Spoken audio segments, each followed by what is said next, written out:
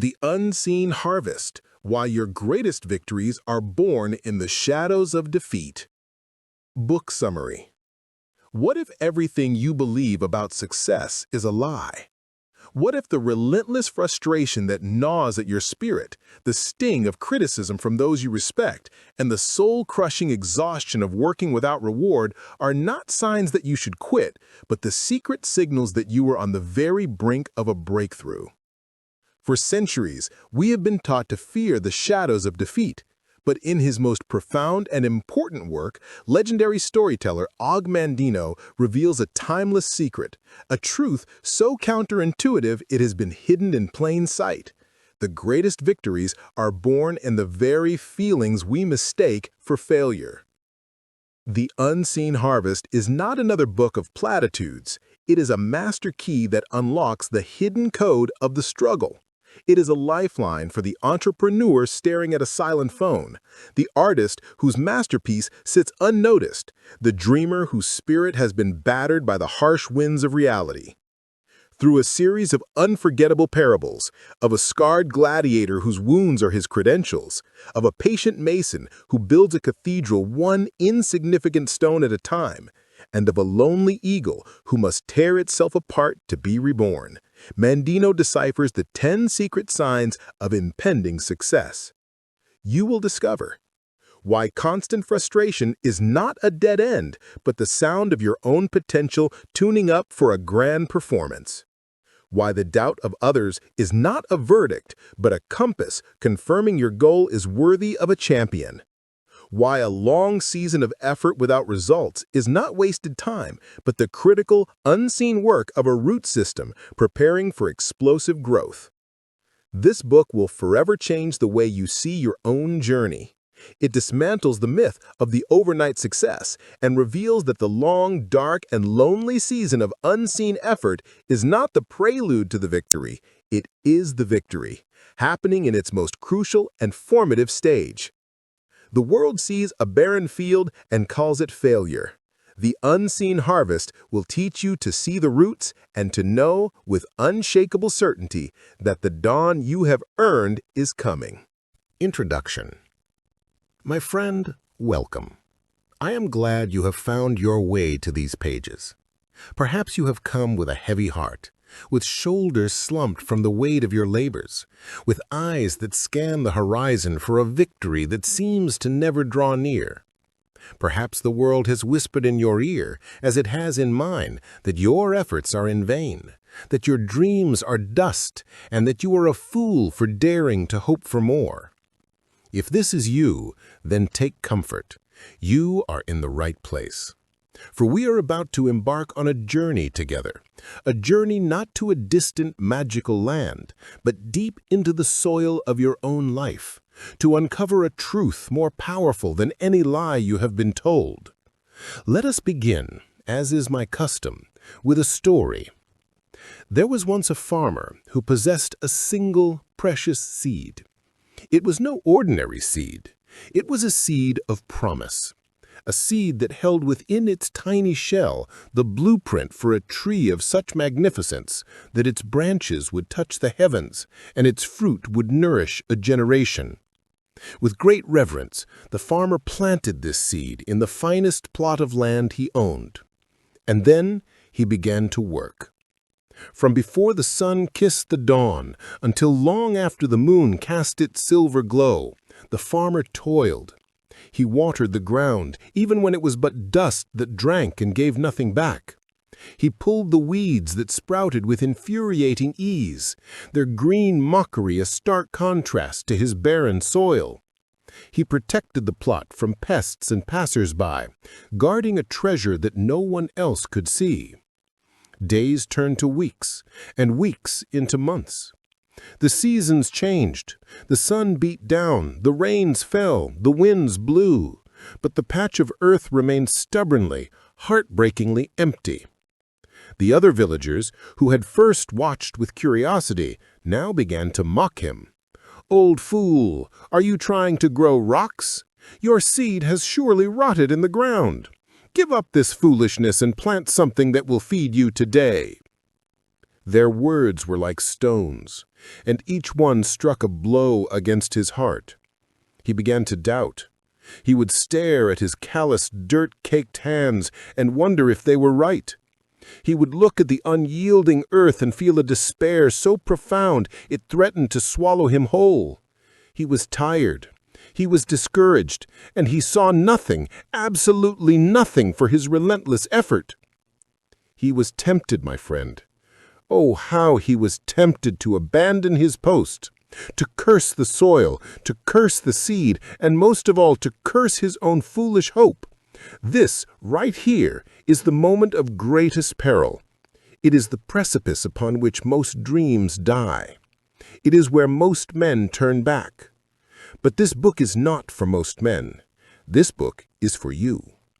For what the farmer, in his despair, could not see was the miracle happening beneath his very feet. Underground, in the cool, silent darkness, the seed had not rotted. It had awakened.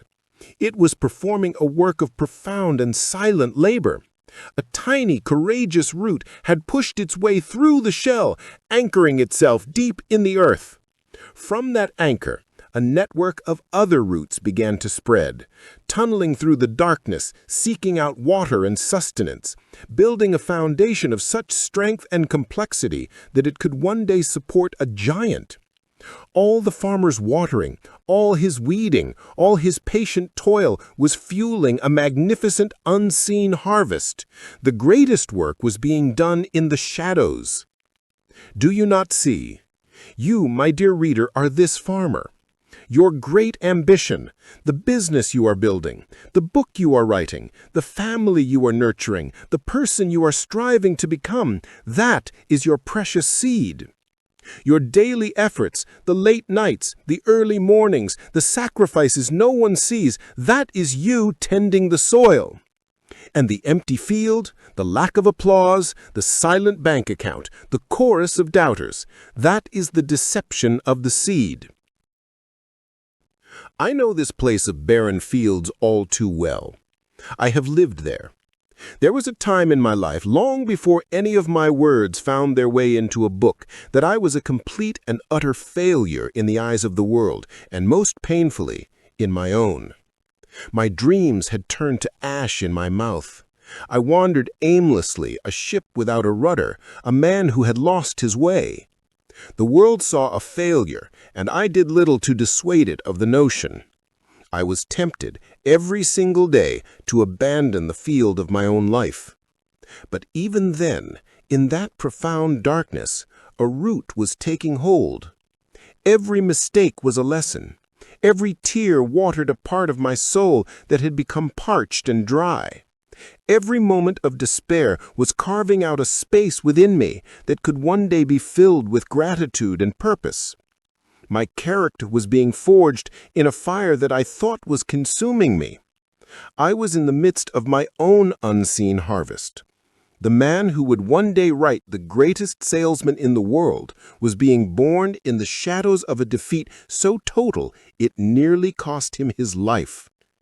So know this.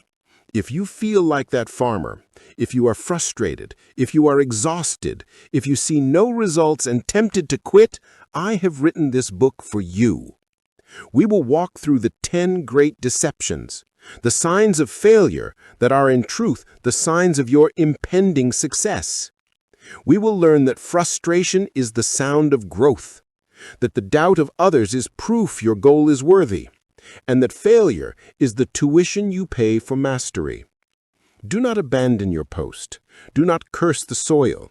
Your season of reward is nearer than you think. The ground beneath you is not empty. It is pregnant with possibility. Turn the page. Let us learn to see the harvest that is growing right now in the shadows of your magnificent struggle. Chapter 1. The Symphony of Frustration, a Prelude to Greatness. Have you felt it? I am certain you have. It is the feeling of a clenched fist and a tight jaw.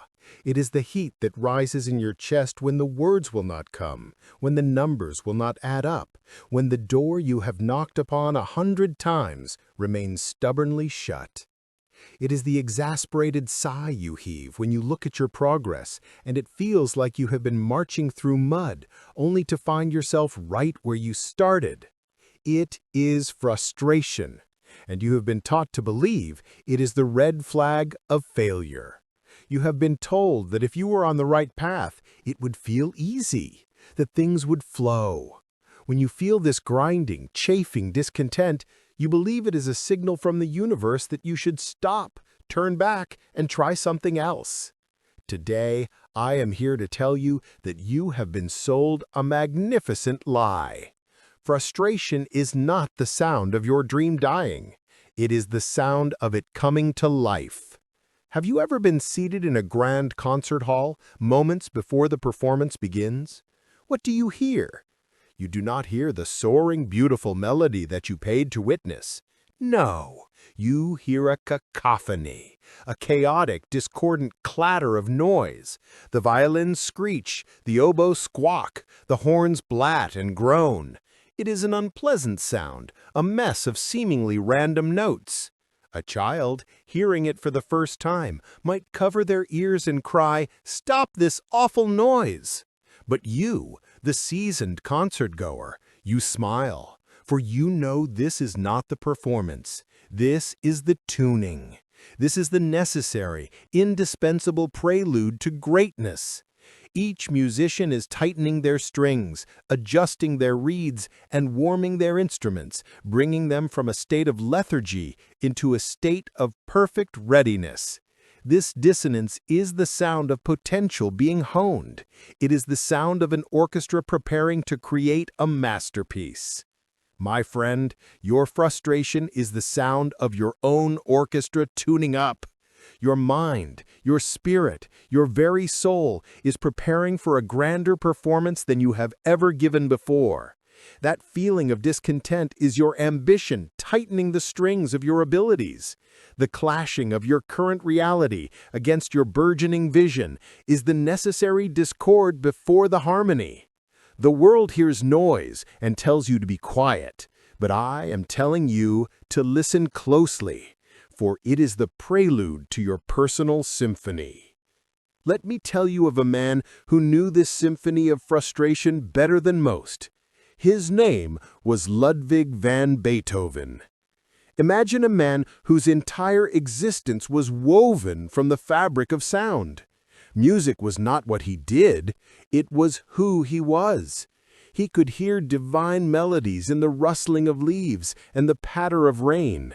His mind was a concert hall where angels sang. And then a cruel and silent thief began to steal it all away. He began to go deaf. Can you fathom a more profound frustration? A painter whose eyes are failing, a poet whose voice is stolen, a composer whose ears are filled with a maddening buzz, and then with a deafening silence? He was consumed by a rage against his own body, against a fate so cruel it seemed a cosmic joke. In a letter to his brothers, a cry of despair that has survived the centuries, he confessed that he was on the verge of ending his own life. The frustration was so complete, so total, that it nearly extinguished his flame. This was his moment in the barren field. The world could hear his orchestra tuning, and it was a painful, agonizing sound. He could have surrendered. He could have cursed his broken instrument and abandoned the stage forever. The mediocre man would have. But Beethoven was not a mediocre man, and neither are you.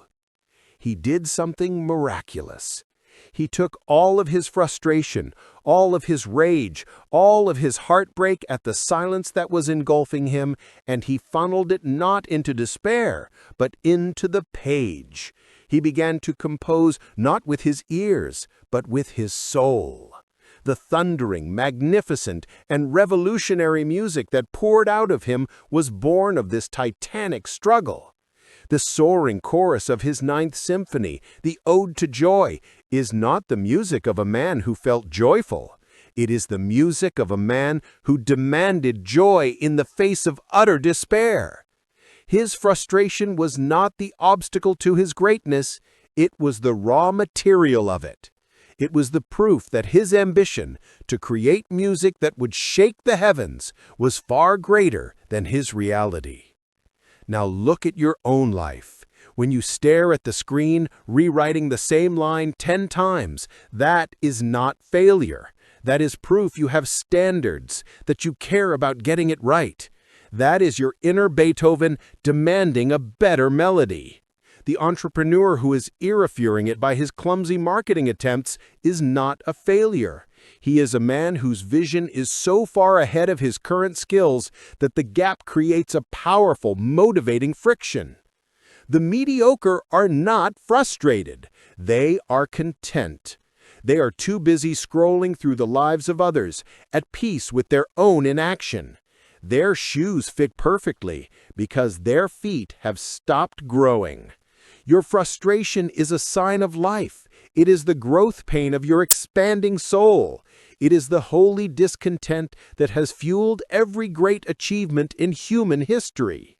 So, the next time you feel that familiar heat rising in your chest, I do not want you to despair. I want you to recognize it for what it is, and I want you to pull out this scroll, which I have prepared for you. Read it aloud. Let its truth wash over the noise. The scroll of frustration. Today, I feel the friction of my own growth. This discomfort is not my enemy. It is my guide. It is the sound of my future self calling to my present self, urging me forward. This is not the noise of failure. This is the tuning of my orchestra. My ambition is greater than my current reality, and for this I am grateful. I will not curse this feeling. I will use it. I will channel its energy not into despair, but into action. Like the master composer, I will take this dissonance, and from it I will create my symphony. I am expanding. I am preparing. My masterpiece is coming. Carry these words with you. Let them be a balm in your moments of struggle. Welcome your frustration as you would a revered, if difficult, teacher, for it comes bearing a great gift. The undeniable proof that you are on the path to a victory far grander than you can yet imagine. Chapter 2. The Echo of Doubt. The sound of a challenge worthy of a champion. And so we continue our journey. Having learned to recognize the symphony of frustration for what it is, we now encounter a new sound on our path. It is a sound that can be more chilling than any other. Sometimes it is a loud, booming roar of criticism. That will never work. Who do you think you are? You should get a real job. Other times, and perhaps more painfully, it is a cold and deafening silence. It is the polite smile from a friend when you share your dream. It is the quick change of subject from a family member. It is the vacant disinterest in the eyes of those you hoped would be your greatest cheerleaders. This, my friend, is the echo of doubt. It reverberates in the valleys of your journey, and it can make a man question his own sanity. It whispers that you are alone, that you are foolish, and that your great quest is nothing more than a child's fantasy. But I ask you to consider this. Have you ever heard a crowd roar with doubt at a man whose stated ambition is to tidy his own home? Have you ever seen a family council gather to warn a young woman against the perils of learning to bake a loaf of bread? No, of course not. The world does not waste its energy doubting nobodies. Applause is reserved for the safe, the predictable, the small. If your goal is to organize your sock drawer, I assure you, you will receive nothing but encouragement. But if your goal is to build a cathedral, you will be warned of the cost, the time, the danger, and the sheer audacity of your vision. Doubt is the social proof that you are attempting something extraordinary. It is the tribute that mediocrity pays to genius. The skepticism of the crowd is not a sign that you are on the wrong path. It is the surest sign that you are on a path less traveled, a path that leads to a destination worthy of a champion. To understand this, we must travel back in time, to a dusty valley called Elah. Here 2 great armies stood paralyzed by fear, for between them strode a giant of a man named Goliath, a mountain of muscle and bronze who for 40 days had mocked them, their God and their courage. And into this tableau of terror walked a young shepherd boy named David. He was not a warrior. He was a musician, a poet, a tender of sheep. He saw the giant. He heard the insults, and a fire was lit in his heart. He declared that he would fight this monster. And what was the response from his own people? Did they cheer his courage? Did they rally behind his faith? No. They met him with a thunderous echo of doubt. His own brother, Eliab, his flesh and blood, sneered at him. Why have you come down here, and with whom did you leave those few sheep in the wilderness?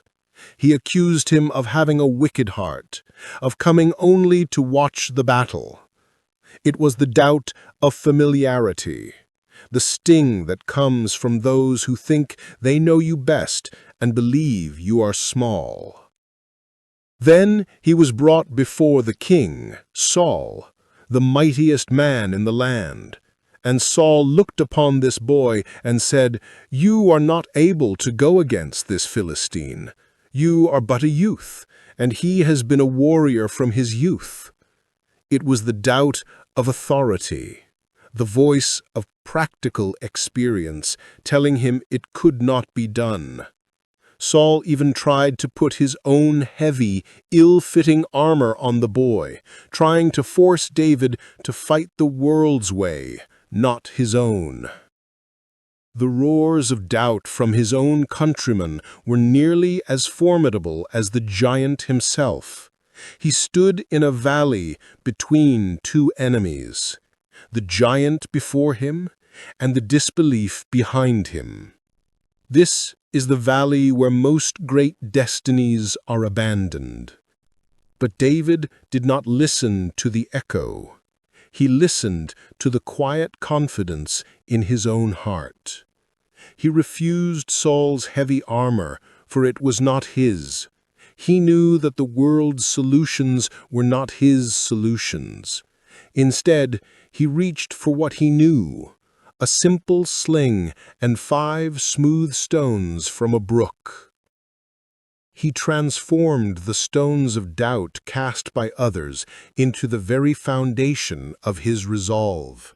Every scoff from his brother, every dismissive word from his king only served to sharpen his focus and strengthen his purpose.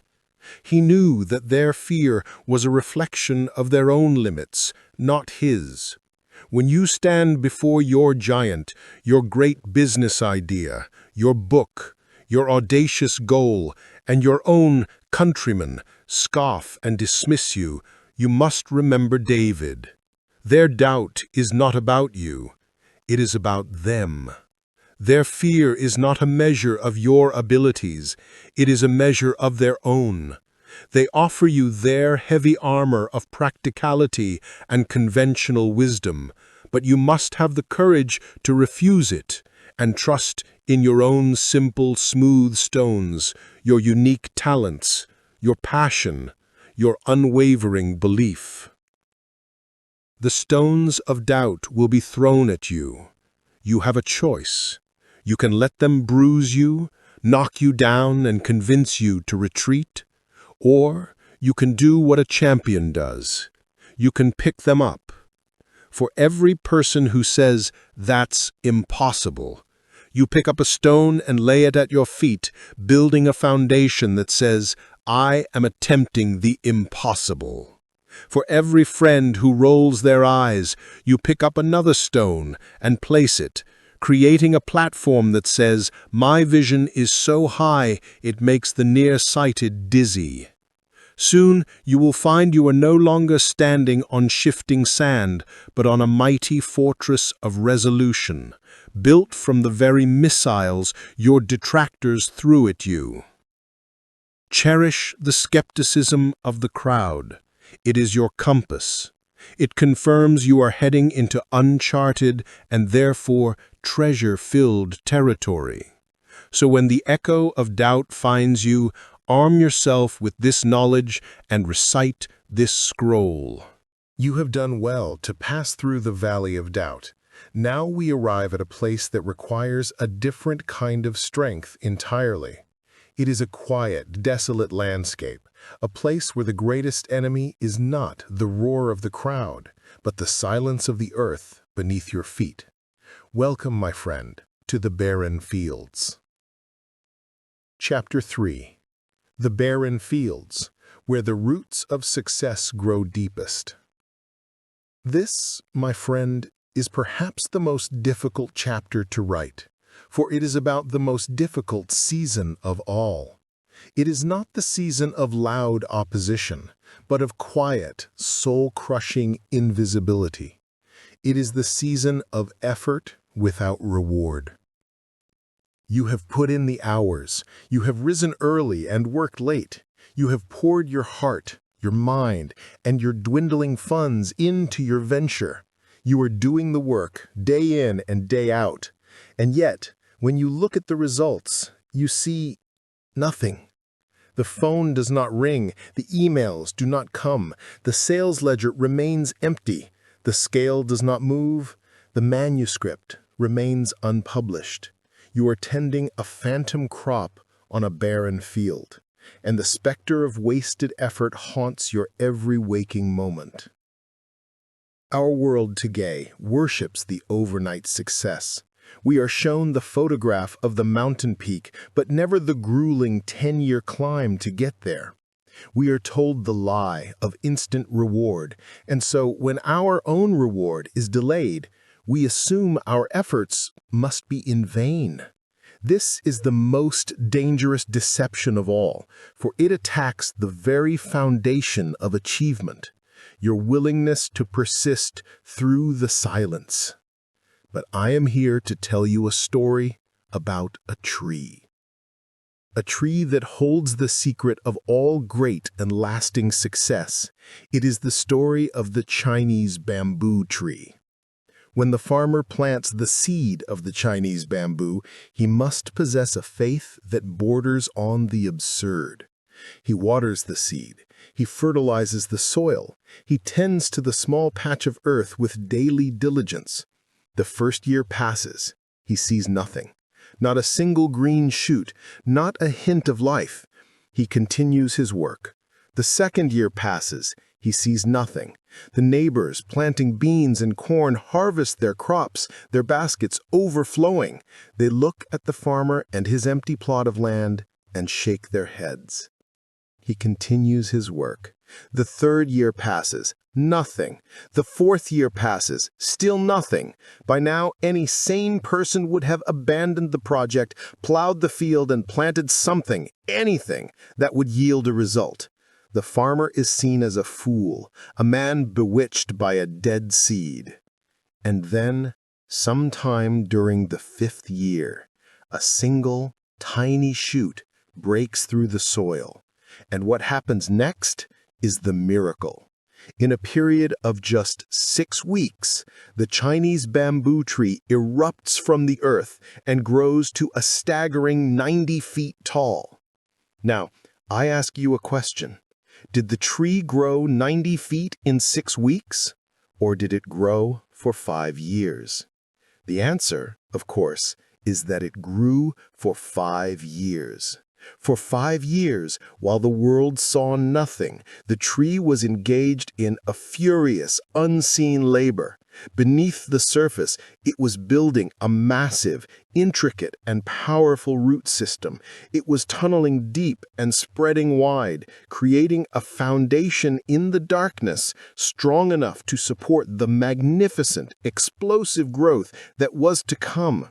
Had the roots not been established, the sudden ascent would have been impossible. The tree would have toppled and died at the first gust of wind. You, in your season of barren fields, are that bamboo farmer. The world sees nothing. You, in your moments of doubt, see nothing. But do not mistake a lack of visible growth for a lack of progress. Every hour you spend studying is a root. Every piece of code you write that no one sees is a root.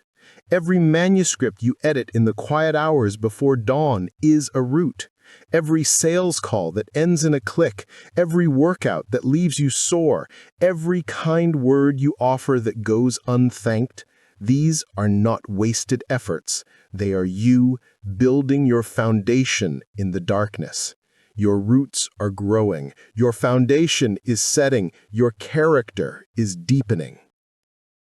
I once knew a young salesman, a good man named Arthur, with a worn-out suit and a fire in his eyes.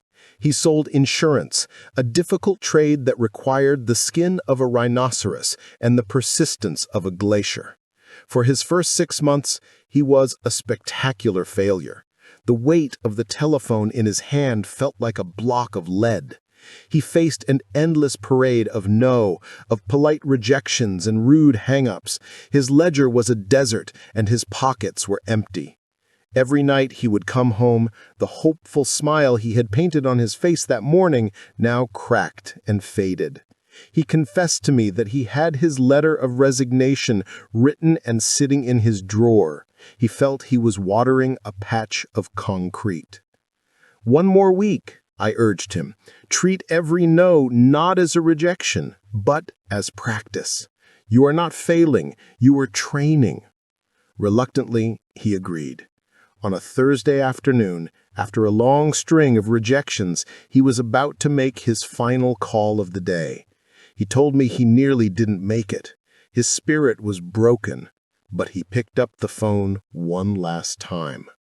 He spoke to a man who, for reasons no one can explain, listened. The man had a small business and was impressed by Arthur's quiet, steady persistence. He said yes. It was not a large policy, but for Arthur, it was the first drop of rain in a long drought. That single yes did something to his spirit. The next day, his voice had a new confidence. He had learned something from the hundreds of rejections that he never could have learned from a book. He had built his roots. Soon another yes followed, and another. Within 2 years, Arthur was one of the top salesmen in his company. The world saw his sudden rise and called him lucky. But Arthur and I knew the truth. His bamboo had broken the soil. His success was not built on the few sales they saw, but on the hundreds of failures they did not. If you are in the barren field today, do not lose heart. You are not idle, you are anchoring. You are not failing, you are fortifying. The work you do when no one is watching is the most important work of all. And when your time comes and you rise, the world will marvel at your overnight success. But you will smile, for you know the secret of the harvest that grows in the dark. Take this scroll. Read it when the silence is loudest. The Gardener's Creed. My field appears barren, but I know the truth. Beneath the surface, a great work is being done. Every effort is a root. Every silent day is a season of strengthening. Every unrewarded task is building my foundation. I will not be deceived by the quiet earth. I will not curse the lack of a sprout. My faith is in the unseen harvest. I am not idle. I am anchoring. I am not wasting my time. I am preparing for magnificent growth. My time to rise is coming. Until then, I will tend the soil. Chapter 4. The Scars of the Arena, the price of admission to the victor's circle. Let us speak of the specter that haunts us all. It is the monster in the closet of our ambitions, the shame we hide from our friends and family, the ghost that whispers to us in the dead of night, "You are not good enough." Its name is failure. From our first day in school, we are taught to fear it. The red mark on a test, the missed goal on the playing field, the wrong answer shouted in class, these are presented as small deaths, moments of shame to be avoided at all costs. And so we grow into adults who are terrified of stumbling. We curate our lives to show only the victories, hiding our defeats like a secret sickness. We believe that failure is the opposite of success, the unfortunate end of a road that should have led to glory. Today, my friend, we will take this lie and cast it into the fire. Failure is not the opposite of success. It is the price of admission. It is the non-refundable ticket you must purchase to enter the arena where great victories are won. The only people who do not fail are the spectators in the cheap seats of life, the ones who never dare to step onto the sand. To understand this, I want you to journey with me to a place of sun and dust and roaring crowds. Imagine you are in the great Colosseum of Rome. Two gladiators are about to enter the arena for the main event. The first gladiator steps into the light. He is a magnificent specimen. His muscles are perfectly sculpted. His armor gleams. His skin is flawless, unblemished by even a single scratch. The crowd gasps at his physical perfection. He is the very picture of strength. Then, the second gladiator emerges from the shadows. He is older. His body is not as perfectly defined. And across his arms, his chest, and his legs is a network of pale, silvery lines. He is covered in scars. He does not look perfect. He looks used. He looks like he has been through 100 wars. Now I ask you, as a betting man, on which gladiator would you wager your coin? The pristine, unscarred youth, or the battle-worn, scarred veteran? I would wager every coin I own on the man with the scars, and so would every wise man in that stadium. Why? Because the unscarred gladiator is an unknown quantity. He may be strong, but he is untested. We do not know what he will do when he feels the true sting of a blade for the first time. We do not know if he will panic, if he will make a novice's mistake. His first real fight might very well be his last.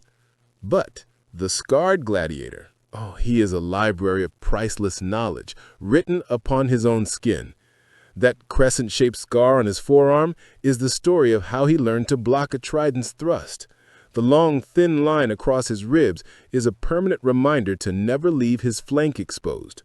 Each scar is a testament to a mistake made, a lesson learned, and a battle survived. His scars are not marks of shame. They are his credentials. They are the diplomas he has earned from the brutal but effective school of hard-won experience. You, on your journey, are that gladiator. Your failed business venture?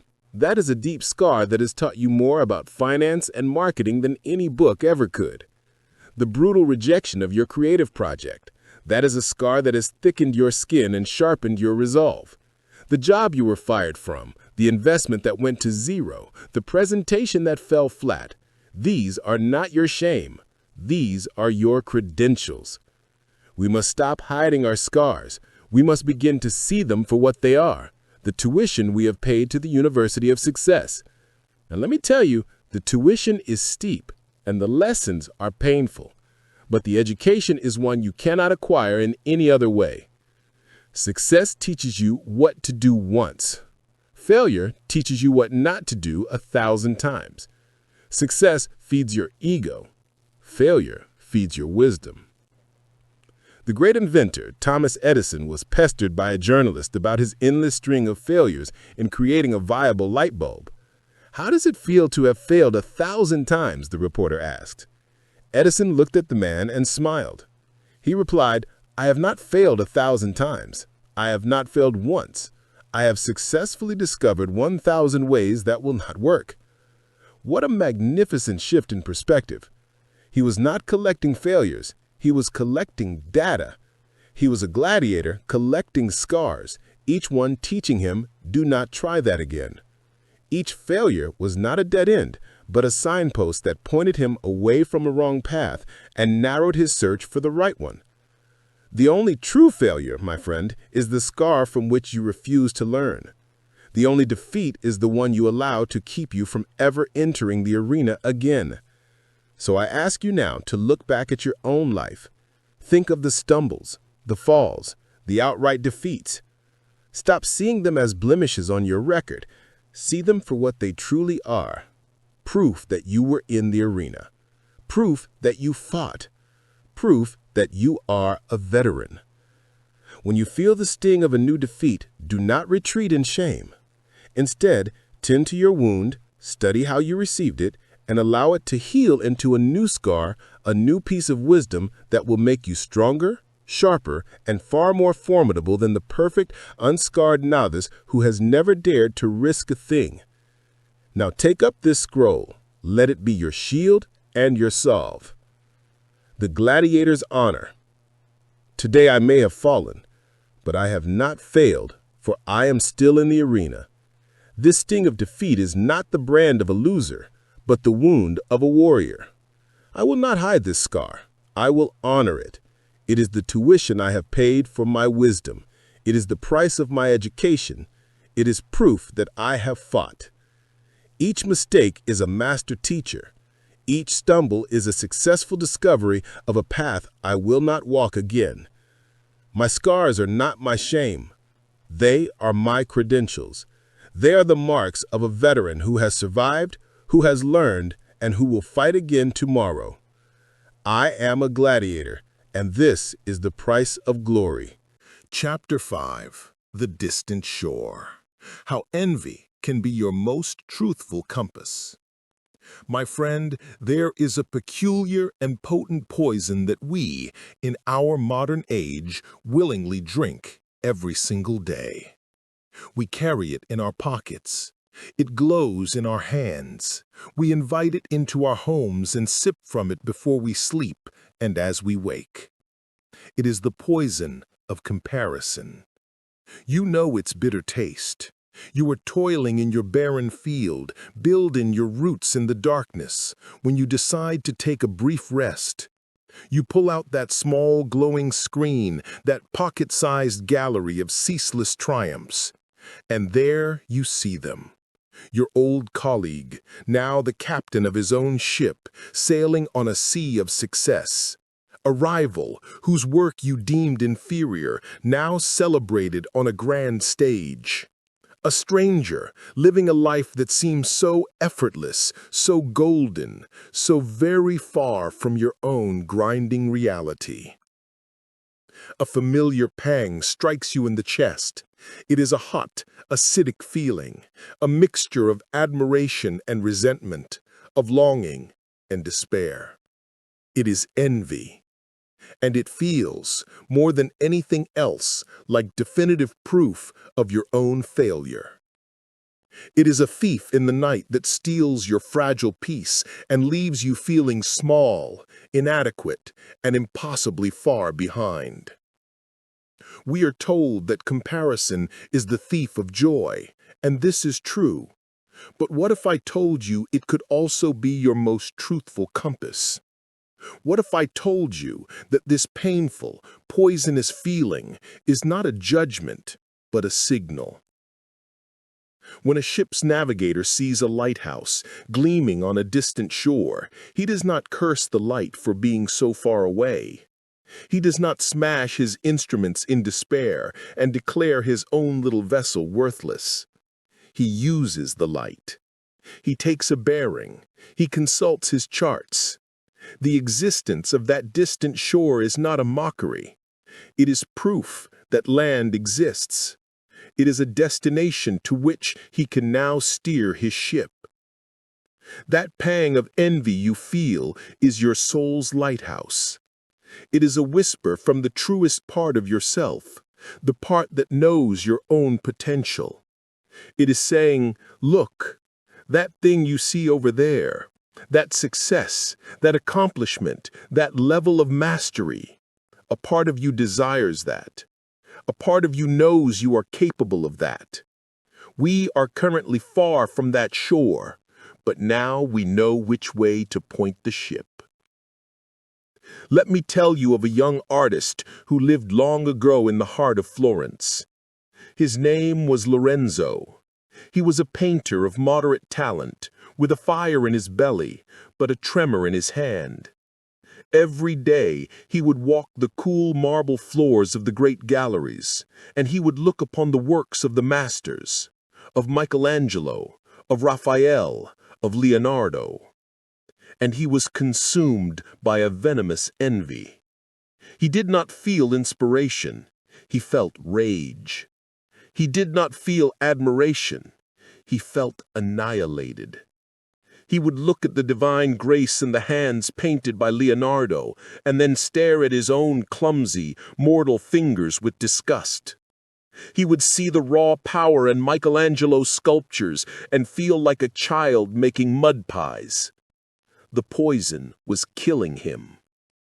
It whispered that he should simply give up, break his brushes, and find a respectable trade as a baker or a clerk. One day, standing before a masterpiece, the bitterness so strong in his throat he could barely breathe, he had a revelation. He asked himself a new question. Instead of asking, "Why am I not as great as them?" he asked, "What is it about this that makes my soul ache with such longing?" In that moment, his world shifted. He realized his envy was a compass. It was pointing directly at mastery. It was showing him the standard. The works of the masters were no longer a judgment. They were a curriculum. They were a challenge. Lorenzo did not despair. He went to his studio. He took the ferocious energy of his envy and poured it not into self-pity, but into his canvas. He began to study. He spent hours not just looking at the masterpieces, but interrogating them. How did Leonardo achieve that soft light? How did Michelangelo convey such emotion in cold stone? His envy became his most relentless teacher. It pushed him through thousands of hours of practice, long after the merely interested had gone to bed. Years passed. Lorenzo never became as famous as the titans he once envied. But one day, his own painting, a work of profound beauty and hard-won skill, was hung in a smaller but still respected gallery. He had not reached their exact shore, but he had navigated his own vessel to a magnificent harbor he never would have found without their distant, guiding light. This, my friend, is the choice that lies before you. You can use the success of others as a mirror or as a map. The mirror is a tool of despair. When you look at another's success in the mirror, you see only your own reflection standing next to it. The comparison is immediate and brutal. You see your flaws, your shortcomings, your slow progress. The mirror paralyzes you. The map is a tool of adventure. When you see another's success as a point on a map, your perspective changes entirely. You acknowledge that a destination exists. You can then begin to ask navigators questions. How did they get there? What currents did they ride? What storms did they weather? What skills did they need to build their ship? The map inspires action. Stop using the lives of others as a mirror to torture yourself. Start using them as a map to guide yourself. When that pang of envy strikes, do not flinch. Welcome it. Interrogate it. Ask it, what are you trying to show me? What distant shore of my own potential are you illuminating? Let this scroll be your chart when you find yourself lost in the sea of comparison. The Navigator's Chart. Today, I have seen a light on a distant shore. I feel its pull, and I will not mistake this longing for a sign of my own lack. This feeling is not poison. It is my compass. It is my soul pointing the way. I will not use this light as a mirror to reflect my shortcomings. I will use it as a map to chart my course. Their success is not my failure. It is proof that the harbor I seek is real and reachable. I thank the navigator for this signal. Now I will turn my eyes back to my own ship, take hold of the rudder, and sail. Chapter 6. The Shedding of the Skin, the necessary farewell to your former self. Have you begun to feel it? A strange and quiet loneliness in a crowded room of old friends. A deep boredom in the middle of a conversation that once would have captivated you. A restlessness that makes your comfortable old habits feel like a cage. The Friday nights spent in loud taverns, repeating the same old stories, now leave you feeling empty instead of full. The hours spent in idle gossip or mindless entertainment now feel like a theft of your precious time. You love these people.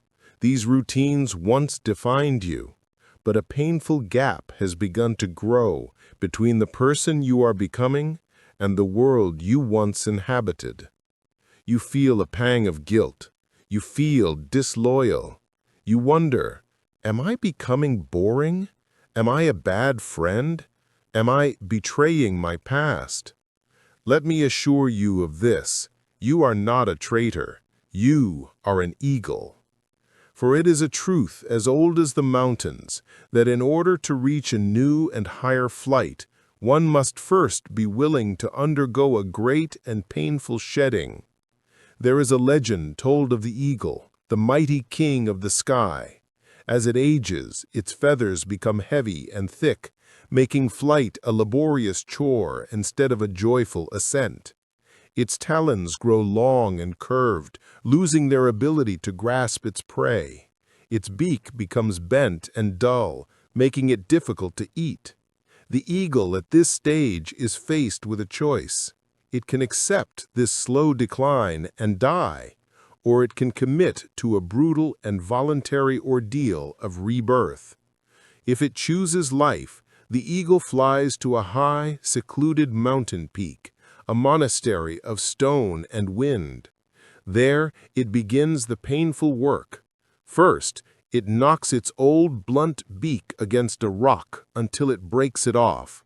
Then it waits for a new, sharp beak to grow in its place. With its new, sharp beak, it begins the agonizing process of plucking out every one of its old, heavy feathers. And when its new, light feathers grow in, it pulls out its old, curled talons.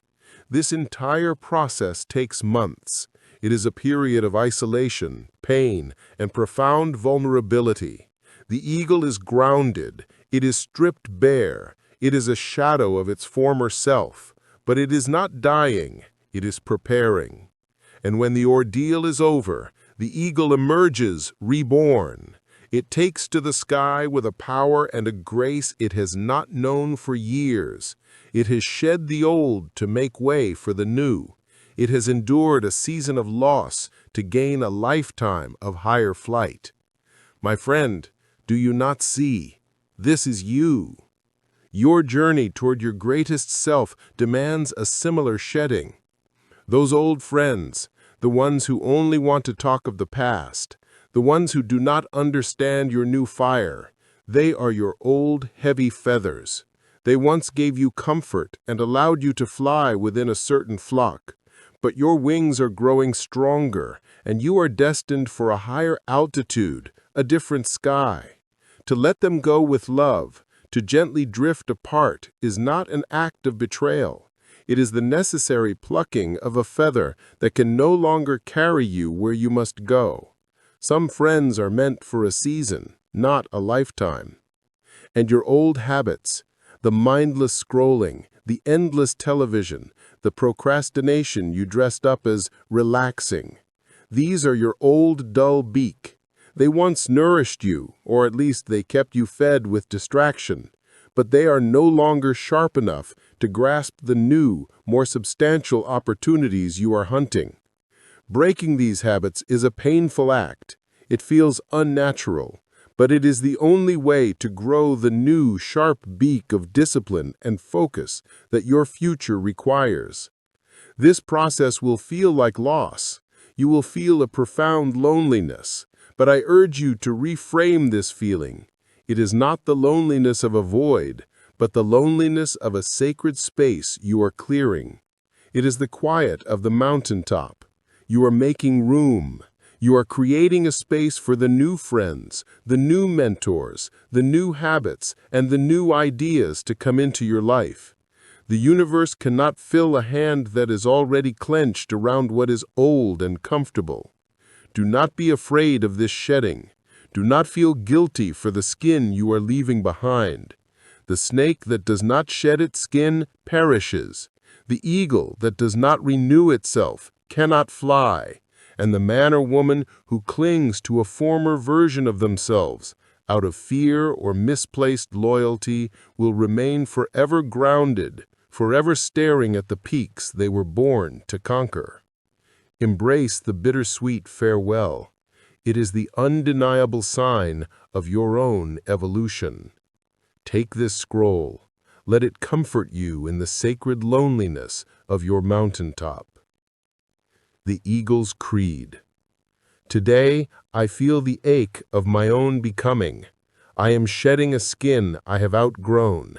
This is not betrayal. It is evolution. My old comforts may be heavy feathers, my old habits a blunted beak.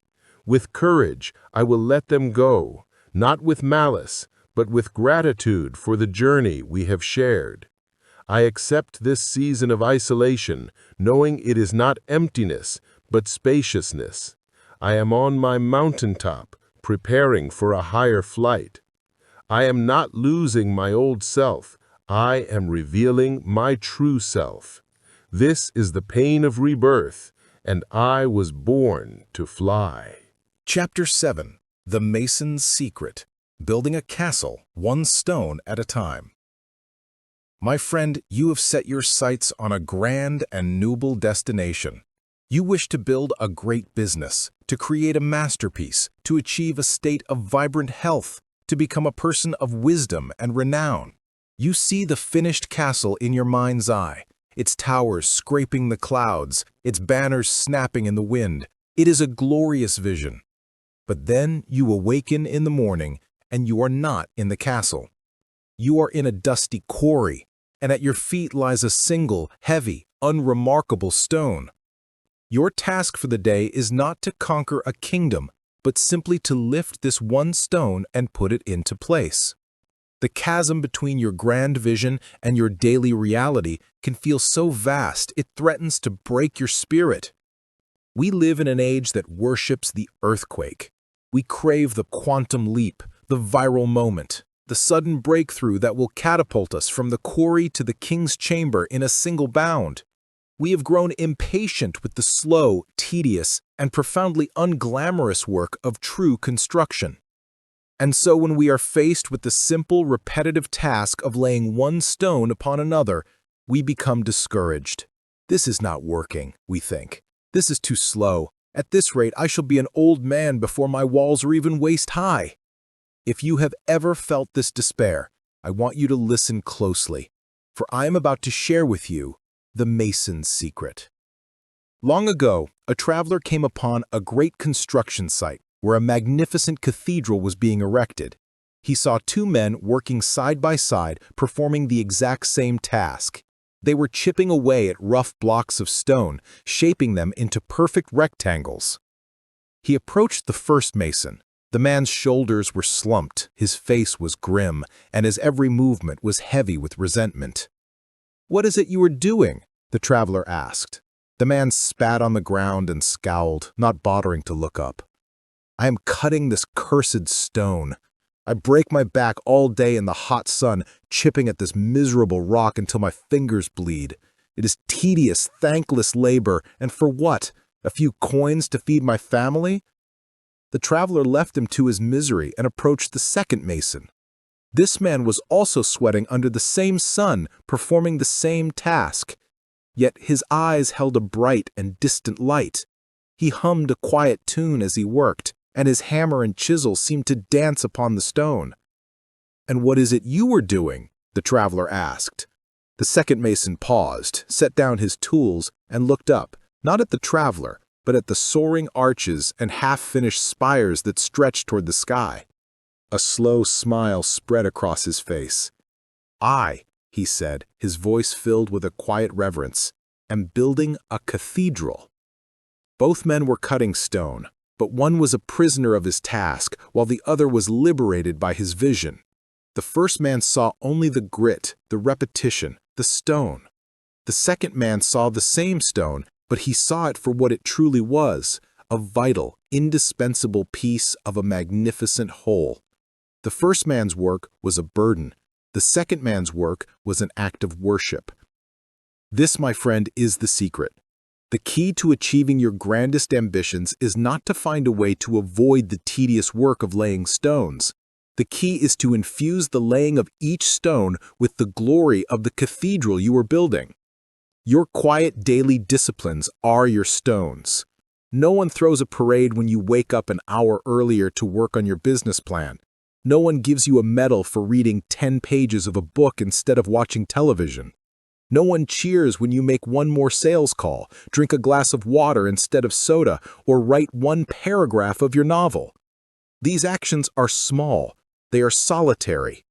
They are in the moment deeply insignificant. They are your stones. But when you understand the mason's secret, you realize these are the only things that matter. The castle is not built in a day by a giant. The castle is built over 1,000 days by a humble mason who falls in love with the process of laying one perfect stone upon another. Small hinges swing big doors. The people who achieve great things are not the ones who make a single heroic leap. They are the ones who have the wisdom and the discipline to stack tiny, almost invisible wins, one on top of the other, day after day, until their small pile of stones becomes a fortress. If you find yourself becoming obsessed with these small improvements, do not panic. You are not losing your mind. You are, in fact, finding the mind of a master. You are building the runway, and that means the flight is coming. Stop looking for the earthquake. Fall in love with the process of laying your stone for today. Infuse it with the purpose of the cathedral you are building. And when the work feels tedious and small, pull out this scroll and renew your vision. The Mason's Vow. This task before me is not a burden. It is a blessing. This is my stone for today. It may seem small and insignificant to the world, but I know the truth. It is the very foundation of my future glory. I am not merely sending an email. I am building an empire. I am not merely reading a page. I am acquiring wisdom. I am not merely taking a single step. I am conquering a mountain. With this single action, I infuse my present with my purpose. My hands may be dusty, but my eyes are on the spires. I am not just cutting stone. I am building a cathedral. Chapter 8. The Lightning Flash. Recognizing the glimpse of the coming dawn. You have been faithful. You have toiled in your barren field. You have honored your scars. You have built with your single stones. The work has been quiet, solitary, and relentless. There have been days when you have felt certain you are laboring for naught, that your cathedral will never be more than a pile of rocks. And then it happens. Out of the vast, silent blue of your efforts, a small lightning flash. A single, unexpected sale from a stranger in a country you have never heard of. One heartfelt email from a reader who tells you your words change their day. A moment in your craft where everything clicks, and for a fleeting minute, you produce something of pure genius. A single compliment from a respected peer. It is a brief taste of the victory you have been dreaming of. And just as quickly as it came, it is gone. The silence rushes back in. The sales ledger is quiet again. The inbox is empty. The next day's work feels clumsy and difficult once more. And in this moment, a great danger arises. The cynic within you, the voice of doubt that is never far away, will whisper a tempting and poisonous lie. It will say, "That was a fluke, a lucky break, a cruel trick of fate designed to give you just enough hope to keep you toiling on this foolish quest before snatching it away again." If you listen to this voice, the lightning flash will not fuel you. It will wound you. The brief taste of success will make the subsequent silence feel even more profound, more like a failure. My friend, you must cast this voice out. For that glimpse was not a fluke. It was not luck. It was a promise. It was a forecast from the future sent back to the present to tell you one thing. Keep going. You are on the right path. To understand this, let us leave the cathedral and travel to a cold, rushing river in a desolate mountain range. Here, a lone prospector has been working for months. His beard is long, his back aches, and his hope has worn as thin as his boots. Every day is the same brutal ritual. Scoop the gravel, add the water, and perform the careful swirling dance of the pan, hoping to see the telltale gleam of gold. For 100 days he has found nothing but mud, silt, and worthless stones. His pan has been a mirror, reflecting only his own tired, disappointed face. He is on the verge of packing his mule and abandoning his claim, convinced the river is barren. One evening, as the sun bleeds across the western peaks, he decides to pan one last load before surrendering to a supper of beans and despair. He scoops, he sifts, he swirls. The heavy black sand separates. He tilts the pan, and as the last of the water runs out, his heart stops. There, in the bottom of the pan, catching the last ray of sunlight, is a single, tiny, gleaming fleck of gold. It is no bigger than the head of a pin. It is not a nugget. It will not buy him a new pair of boots, let alone make him a rich man. Now, this prospector stands at a great crossroads of the soul. He can look at that tiny fleck of gold and be consumed by bitterness. 100 days of back-breaking labor for this, he could cry. This river is empty. This one speck is a cruel joke. If he chooses this path, he will abandon the river the next morning, forever convinced of his failure. But this prospector is a wise man. He stares at that tiny fleck of gold, not with disappointment, but with a sudden electrifying reverence. He understands its true meaning. That single fleck of gold is not his fortune. It is his proof. It is a message delivered from the heart of the mountain that his theory was correct. There is gold in this river. The fleck does not fill his pouch, but it overflows his spirit. It transforms his quest from a desperate gamble into a matter of patient, persistent work. It is the fuel he needs to endure another 100 days of finding nothing, because he now works not with blind hope, but with concrete evidence. You, my friend, are that prospector. That one unexpected sale is not your fortune. It is your proof that there is a market for your work. That one compliment is not your reward. It is your proof that your skills are growing. That single moment of flow is not your masterpiece.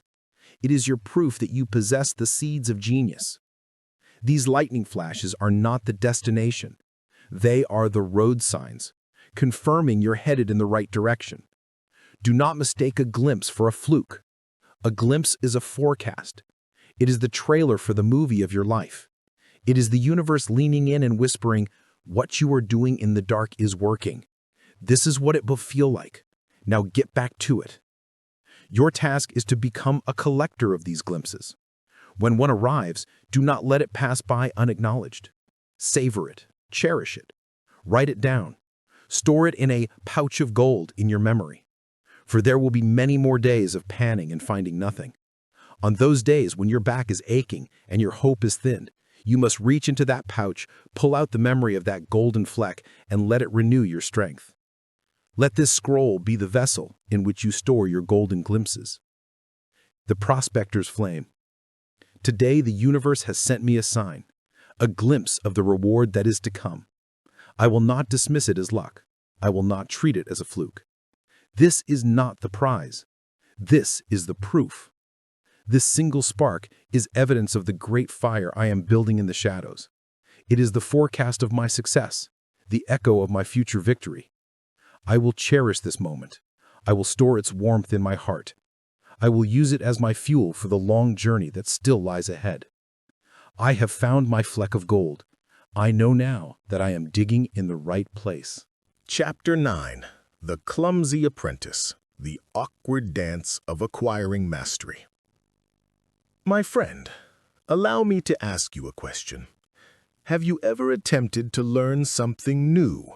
To play a guitar, to speak a new language, to write a line of code, to dance a waltz, and found that your body and mind have entered into a conspiracy against you? Your fingers feel like fat, clumsy sausages. Your tongue ties itself into knots. Your brain, which you have always considered a reasonably competent ally, suddenly feels like a leaky sieve. In these moments, a hot wave of embarrassment washes over you. You feel foolish, you feel incompetent, and a powerful, seductive voice whispers in your ear, "Stop this. You're no good at it. You don't have the talent. You are making a fool of yourself." Most people, in this moment, listen to that voice. They quietly put the guitar back in its case. They close the language book. They step off the dance floor. They retreat to the safety of what they already know, nursing the bruised ego of their brief, clumsy attempt. They mistake the awkwardness of the beginning for a final judgment on their potential. I am here to tell you that this feeling of incompetence is not a stop sign. It is the price of admission. Feeling foolish is the toll you must pay to cross the bridge from who you are to who you can become. Permit me to share a story from my own life, a memory that I now find humorous, but at the time was a moment of pure, unadulterated terror. Long before I ever found my voice on the written page, I was possessed by the misguided notion that I should become a great public speaker. I pictured myself on a stage, holding an audience in the palm of my hand, weaving words of inspiration and wisdom. A local business club invited me to give a short speech. This was my chance. For weeks, I prepared. I wrote and rewrote my speech, filled with what I believed were thunderous pronouncements and clever anecdotes. In the mirror, I was Demosthenes. The night of the speech arrived. I walked to the rickety podium, my brilliant speech clutched in a hand that was inexplicably slick with sweat. I looked out at the 24 politely expectant faces, and every single word I had so carefully rehearsed immediately evacuated my brain. What followed was not a speech. It was a hostage situation, and I was both the kidnapper and the victim. I stammered. I repeated myself. I lost my place and shuffled my note cards, which rustled with the thunderous roar of my own trembling. At one point, in a desperate attempt to make a point, I gestured so wildly that I knocked over my glass of water, creating a small flood that seemed, to my mortified mind, as vast and as devastating as the biblical deluge. I finally stumbled to a conclusion, not because I had finished my speech, but because my well of humiliation had run dry. I was met with a smattering of the most merciful, pitying applause I have ever heard.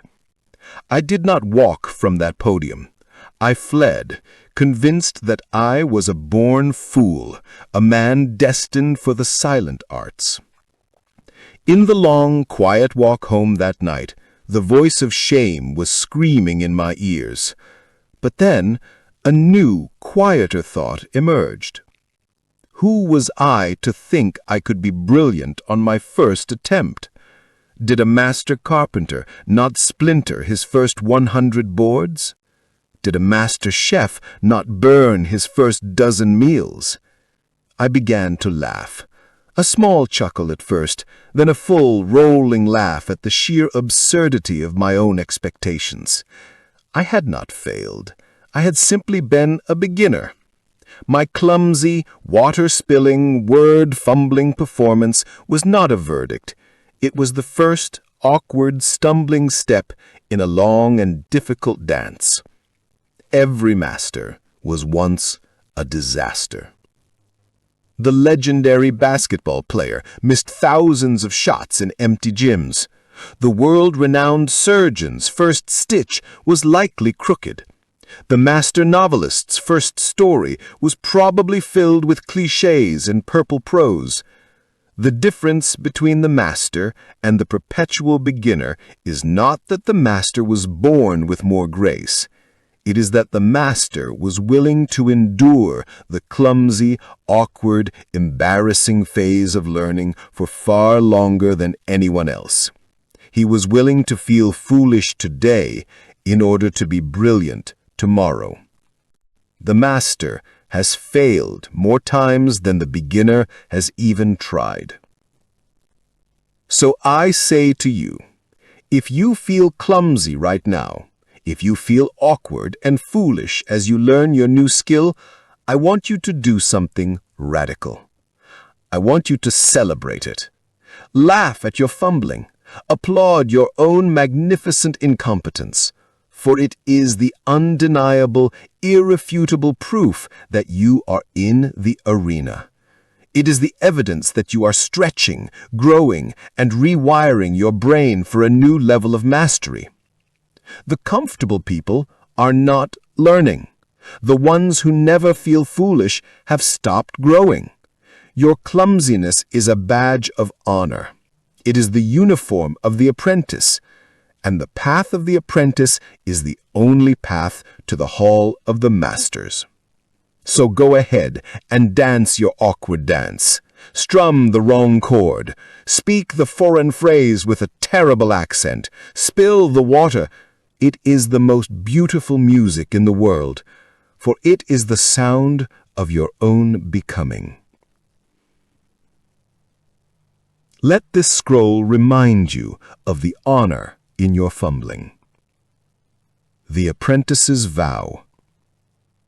Today, I will be a clumsy apprentice, and I will be proud.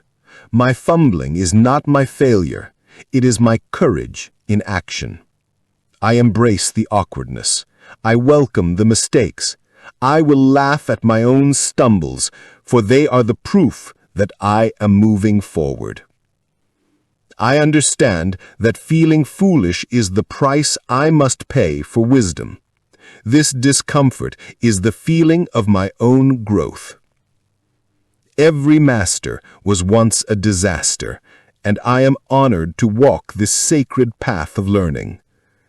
Today, I will dance the awkward dance of the beginner so that one day I may soar. Chapter 10. The Last Man Standing.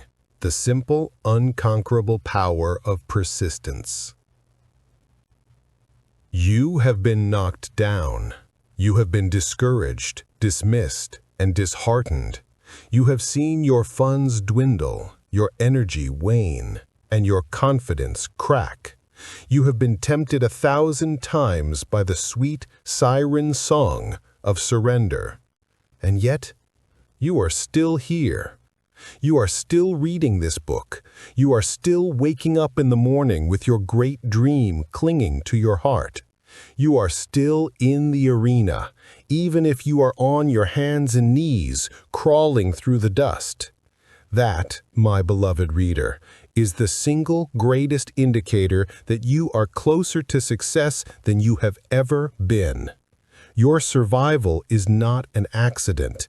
It is a sign of your unconquerable strength. Let me take you to a lonely stretch of road on a cool autumn afternoon. It is mile 25 of a great marathon. The winners, the swift and the celebrated, crossed the finish line an hour ago. Their photographs have been taken, their interviews given. The grandstands at the finish line are beginning to empty. The roar of the crowd has faded to a distant murmur.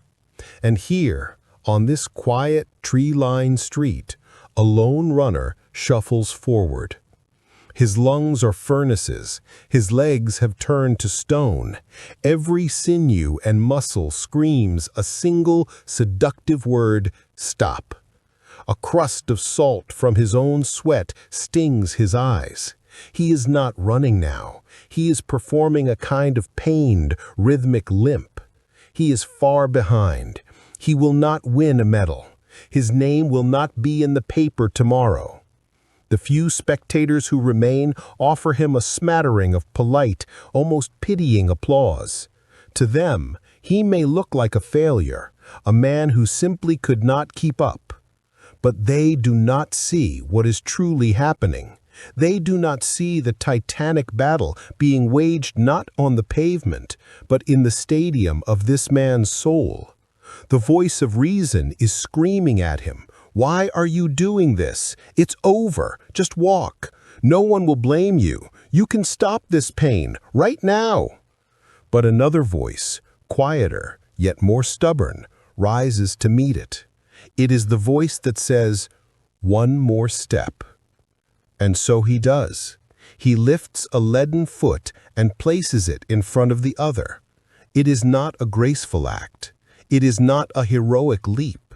It is a simple, dogged, stubborn refusal to be defeated by the pain in his body or the logic in his mind. This runner, my friend, is you.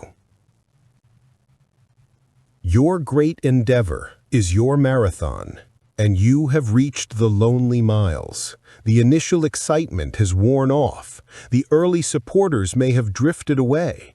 The finish line seems impossibly far. You are tired, you are sore, and you are tempted every single day to simply stop. Who is the true victor here?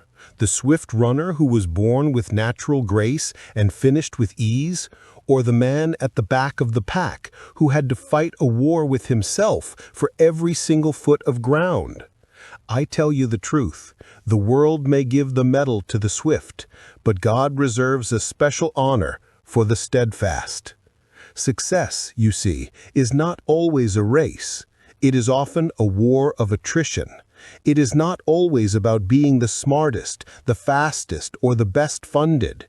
It is often about who is willing to stay in the ring one more round, who is willing to pan for gold one more day, who is willing to take one more painful step when everyone else has gone home.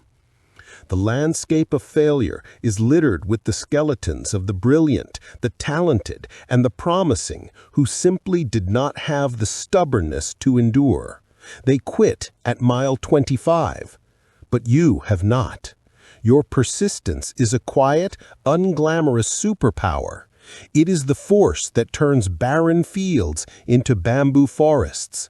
It is the pressure that transforms the coal of your failures into the diamond of your success. To simply not quit is an act of profound and active courage. And when your breakthrough finally comes, and it will, people will look at your success and call you lucky. They will call you an overnight sensation. But you, and you alone, will know the truth. You will know it was not luck, but longevity. It was not genius, but guts. You were not the swiftest. You were simply the last one standing. So I leave you with this final scroll. It is not a new instruction, but a sacred covenant with the person you are becoming. Read it when the road is lonely and the pain is great. Let it be the rhythm to which you take your next determined step. The Finisher's Covenant. The finish line is not in sight. The crowd has thinned. My body aches and my spirit is weary, but I am still here. I am not the swiftest. I am not the strongest, but I will be the most stubborn. I will not curse the pain. It is the proof that I am still moving. I will not lament the distance. It is the measure of my journey. I release the need for applause. My witness is the road beneath my feet and the sky above my head. Today, my only task is to take one more step than I believe I can, and then one more again. My victory is not in the winning. My victory is in the not stopping. Epilogue. My friend, we have arrived. The journey through the shadows is complete, and we stand now at the edge of the field, our time together drawing to a close. We have spoken of frustration and doubt, of failure and of envy. We have learned to shed our old skins and to find the glory in a single stone. You have armed yourself with the wisdom of the unseen harvest. And so, let us return, one last time, to our farmer. Let us picture him not as we first met him, filled with hope and vigor, but as he was after months and seasons of fruitless labor. His shoulders are slumped with the weight of 1,000 risings of a sun that revealed nothing. His hands are calloused, his spirit is weary. The whispers of the villagers still echo in his ears. He has been tempted every single day to abandon his post. But he has not. He has honored the covenant of the last man standing, and he is still here. Then one morning, as the first pale fingers of light stretch across the land, he walks to his plot of earth, expecting nothing but the same familiar barren ground. But hark! Something is different. He kneels, his old bones protesting, and peers closer. There, pushing aside a single clod of dark earth, is a tiny curl of impossible green. It is no bigger than his little finger, so fragile a strong wind might undo it. It is not a tree. It is not a harvest. It is not a victory that would cause the world to stop and stare. It is something far more precious than that. It is a promise fulfilled. He touches it gently, this small, courageous life, and a slow smile spreads across his weary face. He does not shout. He does not run to the village to silence his critics. His joy is too deep, too quiet, too sacred for that. It is the profound peace of a man who kept the faith through the long, dark night and has now been rewarded with the dawn. Later that day, a villager passes by on the road. He glances over and sees the tiny green shoot. "Well, look at that!" he exclaims. "It seems you've had a bit of luck, an overnight success." And our farmer? He simply nods and smiles. For he knows a truth the world can never understand. He knows that the overnight success was watered with months of sweat. It was protected by a shield of faith against a hailstorm of doubt. It was nourished in soil tilled by the plow of persistence. The world sees the flower, but he, and now you, will forever know the story of the root. And here lies the greatest secret of all, the truth I pray you carry with you long after you close this book. The long, dark, and often lonely season in the shadows was not the painful waiting for success. It was success. It was success in its most crucial and formative stage. The frustration was success tuning its instruments for the symphony to come. The doubt was success proving its mettle in the valley of giants. The barren fields were success building its unshakable foundation in the darkness. The scars were success earning its credentials in the arena. The clumsy fumbling was success paying its tuition for the school of mastery. Every moment of your unseen harvest was the victory, happening in slow, silent, and sacred motion. Go now and return to your own field. Your shoot may not have broken the soil yet, but you are no longer a blind laborer. You are a tender of the unseen harvest. You know the signs. You understand the season. You have learned that the quiet of your labor is not the absence of your progress. And so I leave you with one final scroll. It is not a lesson, but a covenant between you and your highest self. Read it in the morning to set your purpose. Read it at night to guard your heart.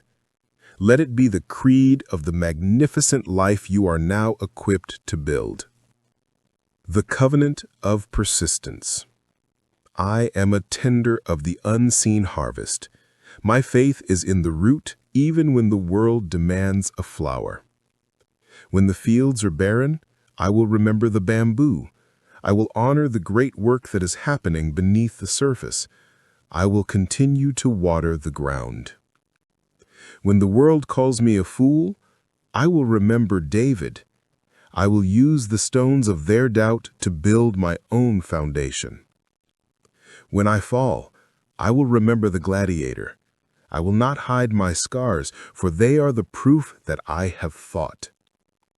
When I feel the ache of loneliness, I will remember the eagle. I am not being abandoned. I am preparing for a higher flight. I will not mistake the quiet of my labor for the absence of my progress. Each day I will lay my single stone, for I know that I am not just cutting rock. I am building a cathedral. My victory is not a destination I must race toward. It is the faith I keep in the darkness until the dawn I have earned. Your dawn is coming, my friend. Go forth and earn it.